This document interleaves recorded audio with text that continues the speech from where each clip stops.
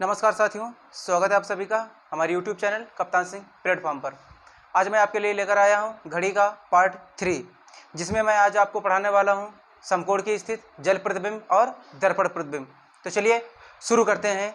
जैसा कि पार्ट 1 में हमने सिखा दिया था, आपको समकोण के बारे में बताया था कि समकोण में होता क्या है कि घंटे और मिनट की सुइयों के बीच में कितने डिग्री का कोण बनता है, 90 डिग्री का कोण बनता है। और मिनट में अगर दूरी देखी जाए तो कितने मिनट की दूरी होती है, तो 15 मिनट की यहाँ पर दूरी होती है। तो फार्मूला हमारा क्या होता है, ये m बराबर 60h/11। जैसा कि इस फार्मूले का हमने प्रयोग किया था कि कितनी बार मिलती हैं, संपाती के लिए भी इसी का प्रयोग किया था, विपरीत के लिए भी इस फार्मूले का प्रयोग किया था। अब इसी फार्मूले का प्रयोग हम करेंगे समकोण की स्थिति निकालने के लिए। अब देखिए यहाँ पर इस फार्मूले का प्रयोग अलग अलग होता है, तो समकोण की स्थिति निकालने के लिए इसका फार्मूले का प्रयोग कैसे करेंगे। तो जैसा कि फैक्ट जब हमने बताए थे उसमें बताया था आप लोगों को कि प्रत्येक घंटे में समकोण कितनी बार बनता है, प्रत्येक घंटे में 2 बार समकोण बनता है। इसीलिए इस फार्मूले का प्रयोग अलग अलग करते हुए 2 बार प्रयोग करेंगे। कैसे, देखिए जैसे कि एग्जाम्पल के तौर पर अगर यहाँ पर पूछे कि 5 और 6 बजे के बीच में दोनों सुइयां कब समकोण बनाएंगी, ठीक है। अब देखिए जो समकोण बनेगा वो 5 बजकर कुछ मिनट पर ही बनेंगे, 2 समकोण बनेंगे, ठीक है। तो देखिए अब इस फार्मूले का प्रयोग कैसे करेंगे, m बराबर 60 इंटू h/11, ये फार्मूला। अब h की जगह पर रखना क्या है, देखिए अब यहाँ पर h की जगह पर क्या रखेंगे। इसमें होता क्या है कि जैसे कि 15 मिनट की दूरी हमें देखनी है, तो 15 मिनट की दूरी एक बार जिस समय से पूछे, एक बार 3 यूनिट पीछे जाना है और एक बार 3 यूनिट आगे जाना है। जैसे कि जो समकोण बनेंगे वो 5 बजकर कुछ मिनट पर ही बनेंगे, तो 5 को छोड़ देते हैं, 5 को छोड़ देते हैं, मतलब जो यहाँ पर समय दे रखा उसको छोड़कर बाकी शेष काउंट करते हैं। तो 1 2 3 यूनिट हमारा कहाँ पर हुआ, 2 पर हुआ। अब देखिए यहाँ पर 1 2 3 खाने बीच में खाली है, तो 15 मिनट की दूरी है, तो 15 मिनट की दूरी के लिए किस यूनिट पर पहुंचे हैं, हम 2 पर पहुंचे हैं। मतलब एक बार हमें उतने यूनिट 3 यूनिट पीछे जाने हैं और 3 यूनिट आगे जाने हैं। तो h की जगह पर यहाँ पर क्या रखेंगे, हम 2 रख देंगे। तो यहाँ पर 6 दूना 12, 120/11। तो समकोण कहाँ कब बनेगा, 10 सही 10/11 मिनट पर। मतलब समय क्या हुआ होगा, 5 बजकर 10 सही 10/11 मिनट पर। एक तो समकोण ये बनेगा। अब दूसरा समकोण कब बनेगा, अब वो भी देख लेते हैं। तो m बराबर 60 इंटू h/11, फार्मूला तो हमारा यही रहेगा। बस अब क्या करना है कि अब दूसरा यूनिट कहाँ से काउंट करेंगे, 6 से काउंट करेंगे, 5 के आगे। इस संख्या को हम छोड़ देंगे, जितने बजे से पूछे उसको छोड़कर 3 यूनिट पीछे और 3 यूनिट आगे जाने हैं। तो 1 2 3 कहाँ पर पहुँचे, हम 8 पर पहुँचे। तो जिस संख्या पर हम पहुँचते हैं वही यहाँ पर हमें लिख देना है। तो अब यहाँ पर 6 48, 480/11। अब इसको सही बटे में लिखेंगे, 11 × 44, 11 33, 43 सही 7/11 मिनट पर समकोण बनेगा। मतलब समय क्या हुआ होगा, 5 बजकर 43 सही 7/11 मिनट। यही तो समय आ जाएंगे। तो आप लोगों को समझ में आ गया होगा कि क्या करना है कि जो यहाँ पर समय दे रखा हो उस समय से 3 यूनिट पीछे और 3 यूनिट हमें आगे जाने। तो जिस यूनिट पर पहुँचेंगे h की जगह पर वही हमें रख देना। चलिए अगला क्वेश्चन देखते हैं। क्वेश्चन दे रखा है 10 और 11 बजे के बीच में कब समकोण बनेगा। तो इसमें भी वही करते हैं। तो चलिए शुरू करते हैं यहाँ पर 10 और 11 बजे के बीच में। जैसा कि अब यहाँ पर फार्मूला हमारा m बराबर वही रहेगा h/11। तो देखते हैं पहला समकोण कब बनेगा। अभी हमने आप लोगों को बताया था कि जो भी यहाँ पर समय दे रखा हो उससे 3 यूनिट आगे और 3 यूनिट पीछे जाने हैं।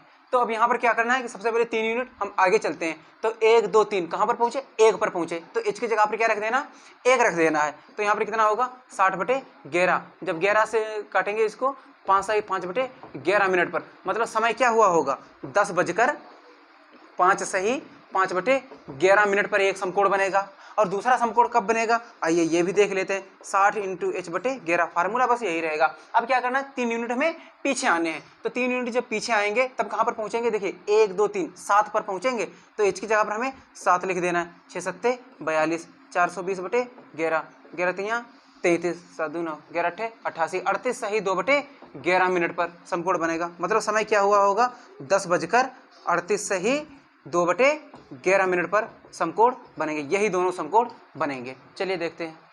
अब दर्पण प्रतिबिंब के लिए भी देख लेते हैं समय। जैसे कि कभी कभी क्वेश्चन दे देता है कि किसी घड़ी में कुछ समय दिया है, तो जो घड़ी वाला समय होता है अब वो दर्पण प्रतिबिंब में पूछता है। तो उसके लिए क्या करते हैं कि हमेशा 11:60 से हम घटा देते हैं। जैसे कि अगर क्वेश्चन दे रखा हो कि 8 बजकर किसी घड़ी में 8:25 हो रहा है, कितना 8:25 हो रहा है, तो दर्पण प्रतिबिंब में कितना बजा हुआ दिखाई देगा। तो यहाँ पर कुछ नहीं करना है, आपको 11:60 से सीधे हमें घटा देना है, तो यहाँ पर समय हमें मालूम हो जाएगा। तो 60 से 25 जाएंगे 35 बचेगा, और 3:35 दर्पण प्रतिबिंब में दिखाई देगा। मतलब कोई भी समय पूछे, घड़ी वाला समय पूछे या दर्पण वाला समय पूछे, तो क्या करना है कि 11:60 से हमें घटा देना है।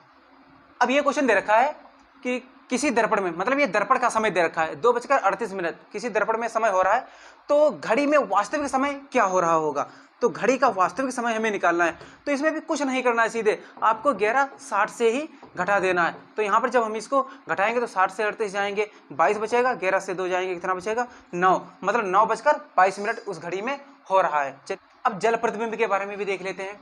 जैसे कि घड़ी में कभी कभी समय दे रखा होता है तो जल प्रतिबिंब में पूछ लेता है, या जल प्रतिबिंब में समय दे रखा होता है और घड़ी में वास्तविक समय पूछ लेता है। तो देखते हैं, जैसे कि अगर किसी घड़ी में 7:20 हो रहा है, किसी घड़ी में, ये घड़ी का समय है, घड़ी का समय, तो जल प्रतिबिंब अब हमें निकालना है। तो कुछ नहीं करना है, अब यहाँ पर क्या करना है कि आपको 18:30 से सीधे यहाँ पर घटा देना है। तो जब घटाएंगे तो कितना आ जाएगा, यहाँ पर 11:10, मतलब कि घड़ी में समय दे रखा है 7:20, तो जल प्रतिबिंब में समय कितना दिखाई देगा 11:10। अब देखते हैं अगला क्वेश्चन, किसी घड़ी में 2:50 हो रहा है, ये घड़ी का समय है, कितना 2:50 हो रहा है, तो जल प्रतिबिंब में समय क्या दिखाई देगा। तो देखिए यहाँ पर क्या करते हैं, 18:30 से सीधे हमें घटा देना है, कितना 2:50। अब देखिए यहाँ 30 से तो 50 जाएंगे नहीं, तो यहाँ से दहाई लेते, दहाई लेने का मतलब ये होता है कि यहाँ से पूरा 60 मिनट उठ के आएगा, 60 मिनट का मतलब पूरा 1 घंटा उठ के आ जाएगा। तो यहाँ पर कितना बचेगा 17:90 हो जाएगा, 17:90 हो जाएगा। अब 17:90 से हमें 2:50 घटा देने हैं, तो 90 से 50 जाएगा 40 बचेगा। अब 17 से 2 जाएंगे, कितना बचेगा 15, मतलब 15:40, 15:40 का क्या हुआ मतलब, तो 3:40, मतलब घड़ी में जल प्रतिबिंब में कितना समय हुआ होगा 3:40। आई होप आप लोगों को समझ में आ गया होगा कि समकोण कैसे निकालते हैं, जल प्रतिबिंब, दर्पण प्रतिबिंब। तो कमेंट बॉक्स में कमेंट करके जरूर बताइए कि आपको कैसा लगा। अच्छा लगा हो तो वीडियो को लाइक करें और हमारे चैनल को सब्सक्राइब करें। धन्यवाद।